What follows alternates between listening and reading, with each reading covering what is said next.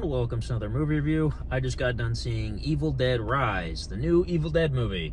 I have another movie review up at the same time as this one, Beau Was Afraid, which I watched right before this, so first time ever doing a double feature, believe it or not. If you want to go check out that review, feel free to. So I was in the movies for a long time today, because that movie was 3 hours. This one was only an hour and a half, so much more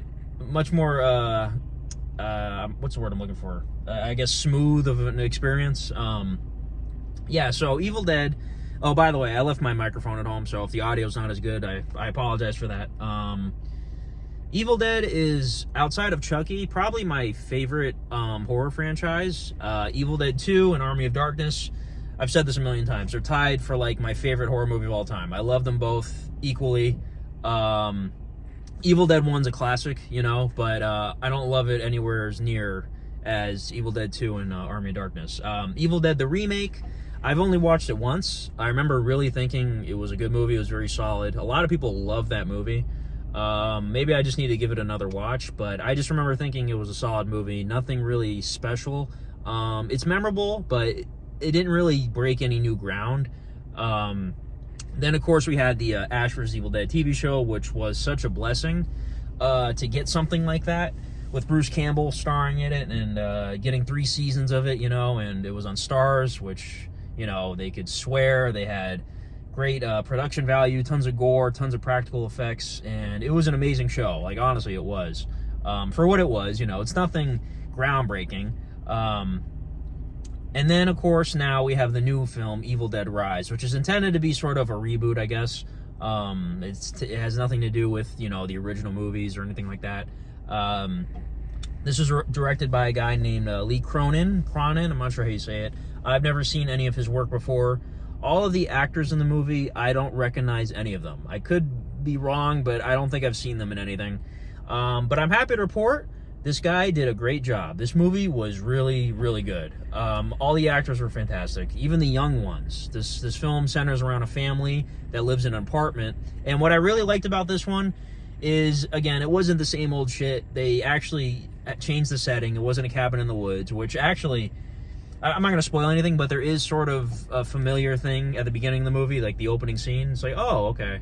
But the bulk of the movie takes place in this apartment complex, and they actually do a very good job of explaining how these characters are trapped there because of different circumstances that happen. Like, they're actually trapped in this building on the top floor.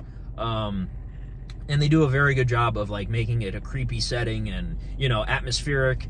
And the gore in this movie was top-notch. I honestly think this might be the bloodiest movie I've ever seen. There's one scene in particular that includes tons of gore. There's a couple very gory scenes, but there's one in particular. You'll know it when you see it. This just might be the bloodiest movie ever. Like, seriously. And there's plenty of good, like, shock moments. People cringing in the audience, like, oh my God, like, again, I'm, like, numb to this. Nothing made me cringe necessarily, but I could definitely see, the average moviegoer being like, holy crap, this movie's intense. So, yeah, everybody did a great job. Even the young actors, it's about a family. And I want to say the theme of the movie has to do with motherhood. And the previous film, which was the remake, had to do with addiction, I think, was the whole metaphor. They did a good job with this one. It wasn't, again, anything...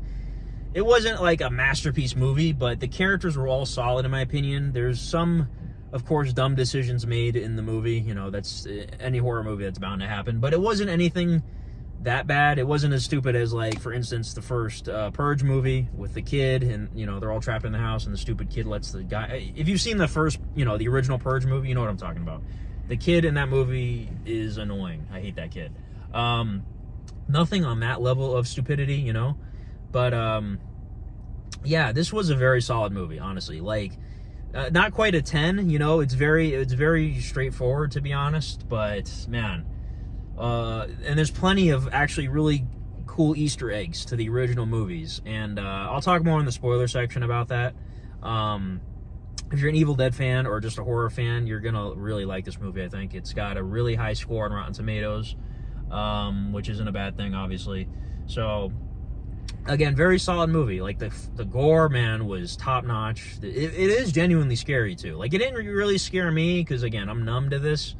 But man, my audience, well, I had a good audience. You know, it wasn't a full theater, but everyone was giving reactions, and you know, it was a good time. It was definitely a good time.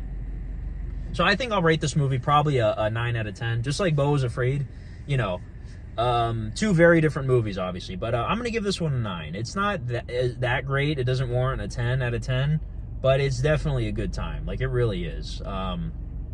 Top-notch filmmaking. I hope they do, you know, a sequel. You know, continue the franchise. I'm not sure what the plans are. You know, they just sort of, you know, Bruce Campbell and Sam Raimi produced this, and Robert Tappert, of course, the original guys who've been with Evil Dead since day one. So I love that they stay involved. You know, even though this is a brand new story. But yeah, honestly, I really don't have a lot to say. Like, if I was to rank all the movies, of course, Evil Dead 2 and Army of Darkness are number 1, and then the original Evil Dead, and then I would say this one, and then probably the remake at the bottom. So that's how I'd rank the movies. And then the TV show, that's kind of complicated. I don't really know how I'd rank that. I'd probably put the TV show, honestly, above the original Evil Dead. I really enjoyed it.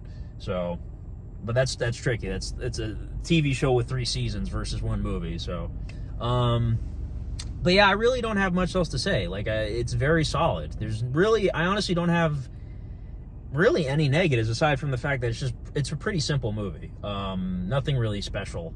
But the visuals and everything was top notch. So yeah, I really don't have a lot else to say. Evil Dead Rise, 9 out of 10, I think. Let me know your thoughts in the comments. I'm going to be doing a spoiler section right now, so please leave the video if you don't want to know. So here's the spoilers. So, of course, the Evil Dead remake had a nice little post-credit scene that showed Ash. He just says groovy, looks at the camera and says groovy. That's it. It was really pointless. It was just so they could say, okay, we had Ash in the movie. So I appreciated that. You know, it was the first Evil Dead movie in 20 years, so it was nice to see, you know, okay, Ash is still around, I guess. And then they ended up doing the show, which, again, was a blessing.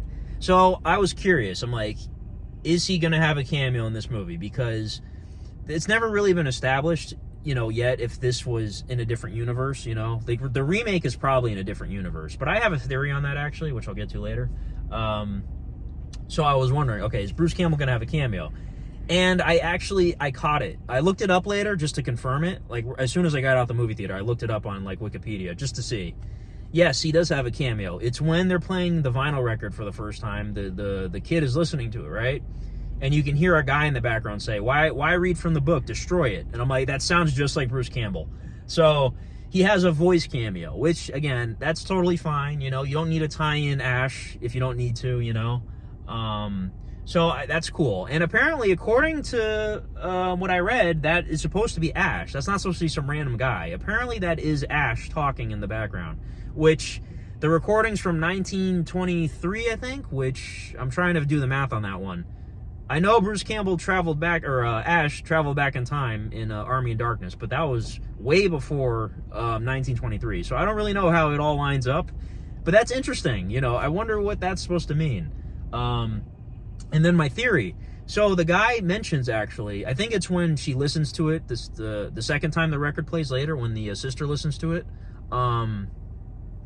they mention there's 3 books. So my theory is that all the movies take place in the same universe. There's the first book is the main book from, you know, the original movies, and then the second book is probably the remake, and then the third book is this movie. So that I think that's what that line's supposed to mean.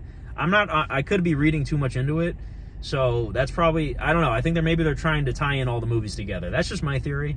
And then, of course, you had nice little Easter eggs in the movie: the chainsaw, the shotgun. They're all screaming "Dead by Dawn," of course. Evil Dead 2.